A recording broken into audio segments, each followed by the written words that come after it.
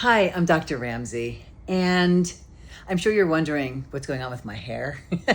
So I'd like to explain. Not many people know this, but starting July 31st, the day before I was supposed to go to Colombia, I ended up in the hospital for 11 days. I was there for a small intestine infection. It just lit up on a CT scan. That infection spread. I became septic, and I also developed peritonitis or ascites, which was my belly was full of blood. So much so, I just was praying my stomach would pop open. I mean, it was so painful. I lived on morphine. I lived on fentanyl. They gave me every antibiotic known IV-wise. They were giving me antacids. I was being stripped, of all my nutrients. I was stripped of my microbiome. I felt just terrible. In fact, the pain was so bad, I don't remember a lot of it. And so when I look back at that opportunity, I'm going to call it, because for me, it was my opportunity to really hear God, to feel God, to know that I'm going to be okay. Like I had so many messages, which I can explain at another time, but it was really humbling to me. And, thank God that I was so healthy before I went into the hospital. So now it's day 11, and the doctors still do not know what's going on. They can't identify a bacteria. They can't identify anything. So they're just throwing stuff at me. I did a colonoscopy and upper GI. Everything was normal. It was really bizarre. Like, they were confused. I was confused and scared and overwhelmed. And honestly, I just surrendered to God saying, if this is my time, please take me. And that is the night that I heard God say to me, you are going to help patients heal from the hospital better. And the one thing I can think of that maybe I can help hospitals with, there's several things actually, but the most beautiful gift that I received from my daughter-in-law was this beautiful thick mattress to get me off the screws of the bed. It was just so uncomfortable. And if that's one thing we can help hospitals do for patients is make them comfortable in their beds, great.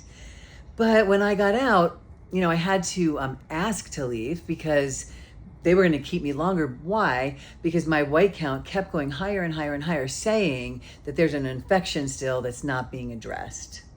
But by day 11, I just couldn't stay in the hospital anymore. I wanted my feet in my grass. I wanted my food. I wanted my bed. And I believed that I could heal myself with the medicine that I gratefully am trained to provide to patients. So finally, all the specialists decided to let me go, knowing that if I got worse, I would go back. I promised them I would. So I came into the office and was doing NAD, because what happens when you're sick is your NAD levels go so low. I was exhausted. I couldn't do much. I was sleeping all day long.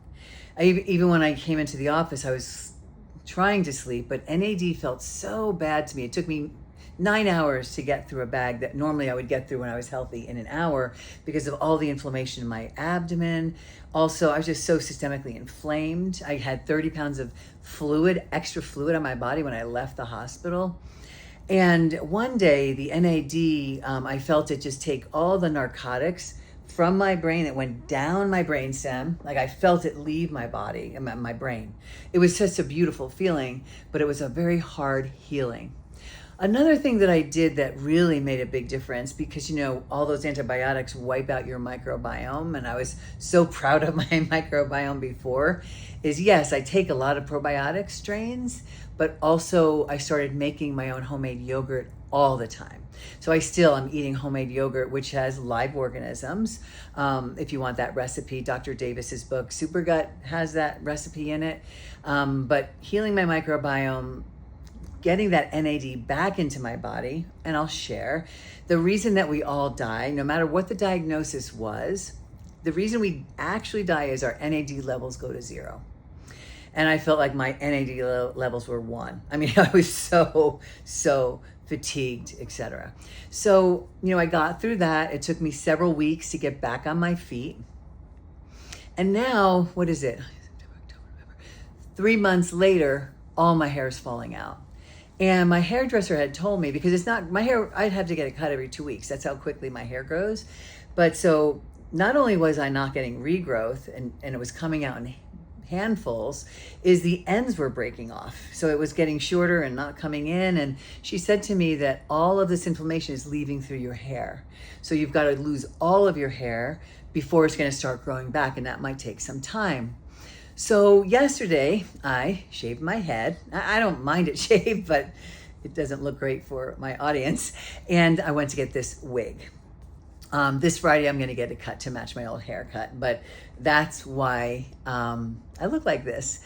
So I just wanted to share, the beauty of the illness was not only did I get closer to God, I got closer to Jesus as well.